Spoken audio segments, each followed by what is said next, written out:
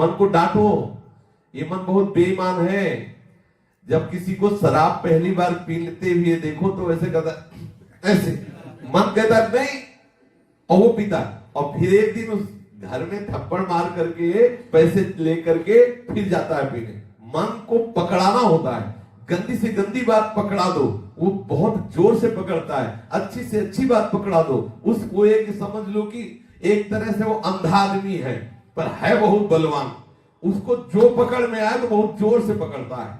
अब ये है कि आपने पकड़ा, और जो पकड़ लिया आप बिना फुसलाए उसे आप छुड़ा नहीं सकते, इतना वो जोर का है। अब इसने शरीर को पकड़ लिया, इसने भोगों को पकड़ लिया। देख लो, बार बार हम शास्त्र की बातें सुना रहे, लेकिन वो छोड़ना नहीं चाहता। यदि कहीं वो नाम को पकड़ ले, बस आप समझ लो नामी भगवान भी चाहे तो नहीं छुड़ा सकते।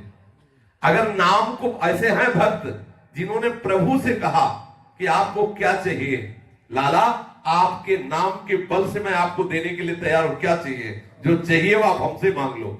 भगवान जो सर्वलोक महेश्वर दाता है, उनसे नाम जपक ने पूछ लिया कि तुम्हें क्या चाहिए, और देखो आशीर्वाद भी तो देते हैं रसिकजन। प्रिया प्रीतम को उन्हीं के नाम के बल से तो देते। एक बार केवल नाम पकड़ ले मन, फिर नामी भी चाहे तो छुड़वा नहीं सकता। ऐसी इसकी पकड़ है, जैसे इसने विषय को पकड़ लिया, लाख बार शास्त्र और गुरु समझा रहे फिर भी नहीं छोड़ रहा। अगर फुसलाए पा जाओ इसको और इसे नाम पकड़ा दो, दुलाल से, हठ से, जैसे भी एक बार ये पकड़ ले, जैसे थोड़ी देर में आपने पकड़वा दिया मन को। एक समय तो होगा जब ये बिल्कुल नाम नहीं जपता होगा। आज इसने थोड़ा तो पकड़ के राजी हो गया, और धीरे से अगर पूरा पकड़ा दो हर समय वाला नाम जप। अब जितना नाम जप करो, यदि आप छोड़ना भी चाहो तो मन नहीं छोड़ेगा। आप देख लो करके। श्री स्वामी अखंडानंद जी महाराज से उनके एक शिष्य थे, 18 वर्ष तक उन्होंने मंत्र जपा, नाम जप करा, और आए बोले महाराज आपने जो नाम दिया था, उन्होंने कहा था राम राम जपो, तो 18 वर्ष हो गए, मुझे कोई लाभ तो मिला नहीं।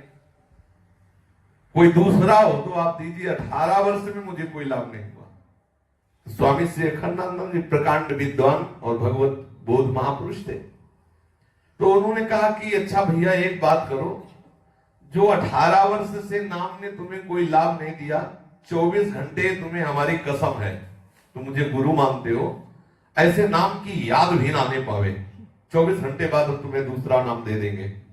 वो प्रणाम, जो ही प्रणाम किया तो अभ्यास 18 वर्ष का। अब और एकाग्रता बनी कि लेना नहीं है, अब तो बाहर निकला, गुरु की कसम। अब वो तो नाम मशीन की तरह शुरू, वो गेट के बाहर नहीं निकले, रो के लौट गया, बोले महाराज सब कुछ हो सकता है लेकिन अब नाम नहीं छूट सकता। बोले ये मिला 18 साल।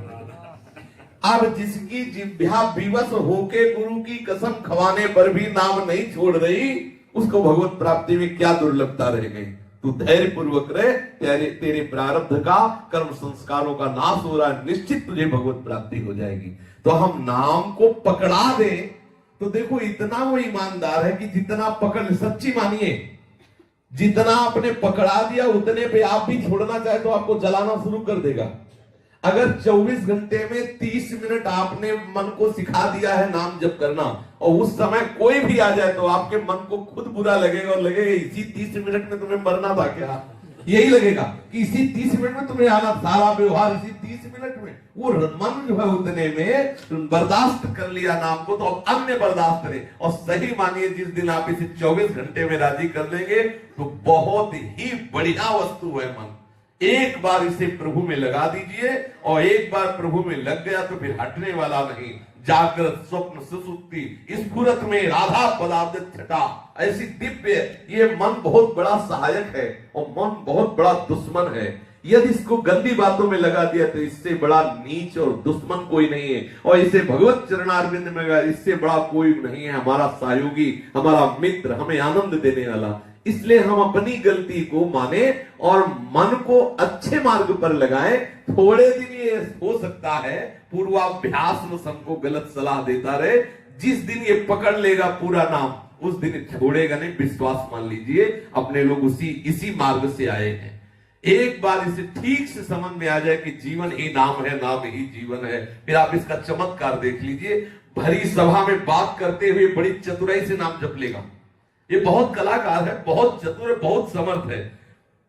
पूर्व में जब प्रारंभ में नामाभ्यास प्रारंभ हुआ तो अब जैसे तुमसे बात कर रहे हैं तो बीच बीच में बोल दिए, पूरा आपकी तरफ एकाग्र, तो सामने वाले को लगता कि हमें देख के बात कर रहे हैं, लेकिन उसके मुंह में नाम लिखते हैं और वो समझता कि हमें देख के बात कर रहे हैं, कि मतलब बहुत एकाग्रता से ऐसे देख रहे हैं और बीच बीच में वो हाँ जी ऐसा और बार बार नाम लिख रहे हैं। तो ये क्या मन ही तो है, लग गया नाम में, उसने फंसा लिया।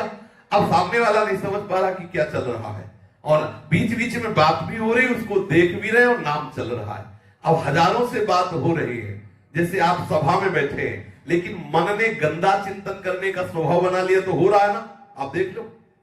ऐसे ही यदि भगवत चिंतन करने का स्वभाव बना लिया तो वैश्यालय में बैठ जाओ तो भी वो वही करेगा, क्योंकि उसका स्वभाव बन गया भजन करने का। और अगर गंदा स्वभाव बन गया है तो आप चाहे जहां बैठ जाओ, वो अपने ही ताना बाना बुनेगा। देख लीजिए ठाकुर के सामने, बिहारी जी राधा वल्लभ जी के सामने खड़े होकर के भी ये वही ताना बाना बुनता। बहुत चतुर है, बहुत चतुर है। अगर भजन में लग गया तो गंदी से गंदी जगह में भी भगवदाकार वृत्ति कर देगा, और अगर बुरी आदत में लग गया तो बड़े बड़े महामहिमा में धामों में भी बुरे आचरण करवा देगा। बड़ा विचित्र देवता है, इसे फुसला लो, इसे डांट के दुलार के जैसे बने इसको सतमार्ग में लगा दो। यही जीवन का हमारे सबसे बड़ा धर्म है, यही जीवन का सबसे बड़ा कर्तव्य है कि हम अपने मन को फुसलाए पा जाए। मन को संभाल लिया तो सबसे बड़ा गुरु कौन, जिसने मन को चेला बना लिया? नहीं, चाहे जितने चेला हो, रहते सब मन के चेले ही है। मन को जिसने चेला बना लिया वही गुरु, वही महात्मा। जिसने मन को अधीन कर लिया वही सबसे बड़ा बलवान।